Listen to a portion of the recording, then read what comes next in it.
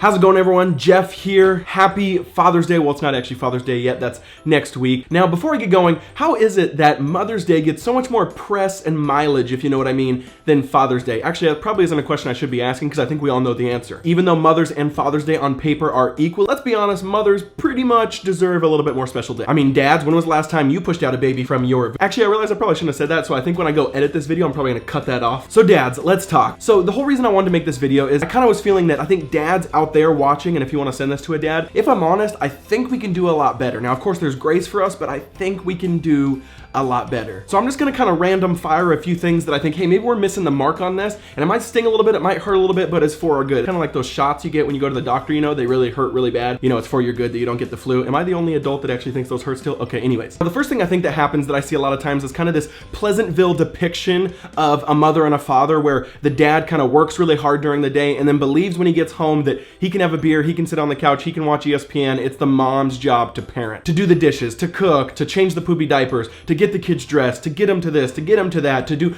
all these different things. Now, dads, can I be honest? I don't think it's a mom's job to parent. I think it's a parent's job to parent. Now, of course, every exact marriage job and dynamic is different, but we have to actually see how can we come together as husband and wife and make a better team for our kids. And the reason I say this is that, dads, I don't think you realize how much joy you're missing out on by not kind of being in the trenches with your kids, doing the dishes, changing the poopy diapers, cooking dinner sometimes, which just kind of leads me to my second thing, okay? That is that work is not more important than your family. So if you ever feel like maybe either work is getting more time than your kids and your wife, that might be a problem. If you ever feel like work is something you think about more than your kids or your wife, that might be a problem. Or if it is something that actually gives you more joy and identity, which I know guys struggle with this because predominantly we get our identity and worth from kind of doing things and activity and results. And a family, a wife and a kids is actually really hard to see that because it's messier, it's in the trenches, it takes 20, 30, 40, 50 years rather than just doing something one day and seeing the result the next day. But we have to fight against that because I know plenty of kids who kind of grow up with this bitterness, not only with their parents who are maybe in ministry, like as a pastor, and the church got their dad's time and they didn't, or a dad who's in business and the business got their dad's time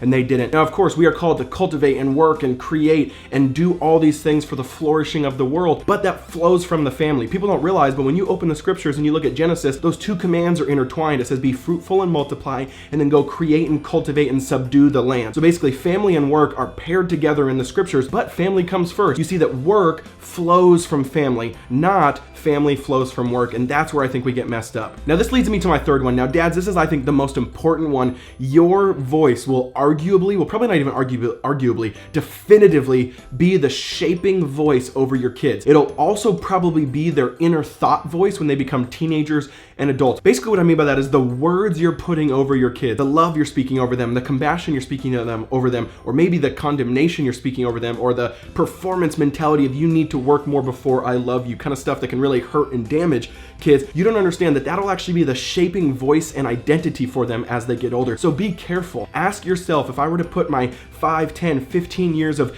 dad words, of everything I'm going to speak over my kids together, what would be the general theme? And ask yourself, is it love? Is it grace? Is it compassion? Is it affirmation? One that says, I love you no matter what you do, not I love you because of what you do. There's a big difference there. The fourth one isn't really directed towards dads out there, but I sometimes, and maybe you're with me on this, struggle with the sitcom dad. What I mean by that is when you turn on TV, the dads are always just doofuses, right? Can I get an amen? Like, the dads are always the guy that wants to sit on the couch, drink a beer, watch the sports game, not involved with the kids, not involved with the wife, kind of seems lazy and distant, and he's always the butt of the joke. And I think that's just a bad portrayal of fatherhood and what of a dad truly is, like we've already talked about. And I think sometimes that trickles down in affecting us to believe that we need to be that. It's you know, a dad can't cry, a dad can't be emotional, which I disagree with those two things, by the way, or a dad can't be intelligent or have critical thinking or be analytical, but it's okay for you to be smart. It's okay for you to think critically. It's okay for you to be gentle and tender and compassionate. And personally, I think that's actually a more full picture of what a man is, rather than the machismo, I'm gonna lead and be strong and powerful, but have no emotion, have no compassion, have no grace, have no love. And this gets to my last one. Dads, this one kind of hurts,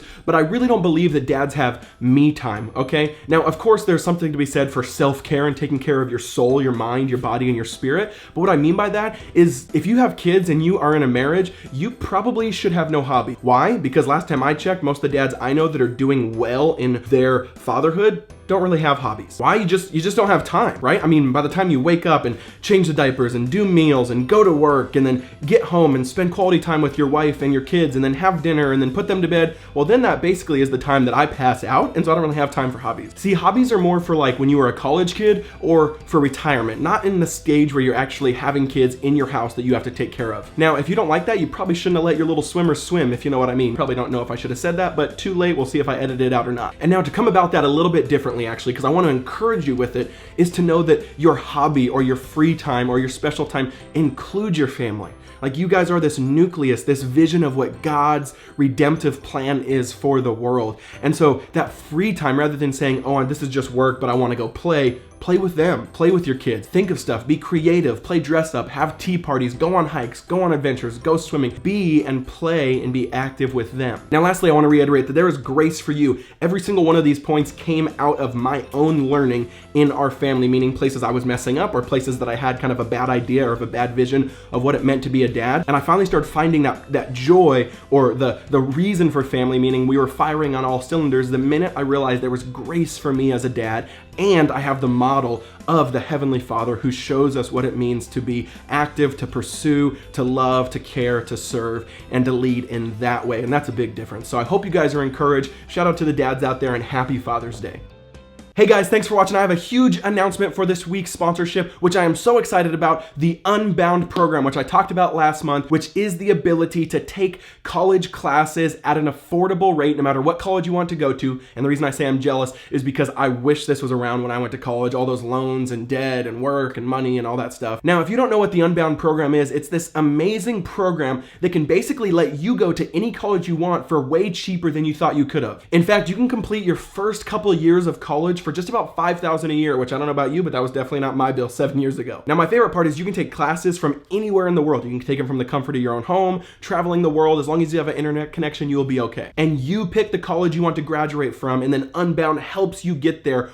So whether you're in college now and you want to kind of shift gears, whether you're a teenager, maybe going into college, or maybe even a young dad who stopped college and wants to go back, Unbound is definitely the program you should check out. Now, here's the best part. If you enroll by July 31st at collegeplus.org/Jeff, they'll waive your course fees, which I think is about $2,400. So I think you want to do that. And it's super easy. You fill out the free quote down there at the link. They'll email you. All you got to do is hit them back with a few details of maybe what you're looking for and where you want to go. Boom, magic. It's the best. And you guys know I only do sponsorships of things I actually care and believe in. So I'm very excited for you guys to check this out, just like the hundreds of you that did last month. So check it out. Link down there in the description. That's all I got. Peace.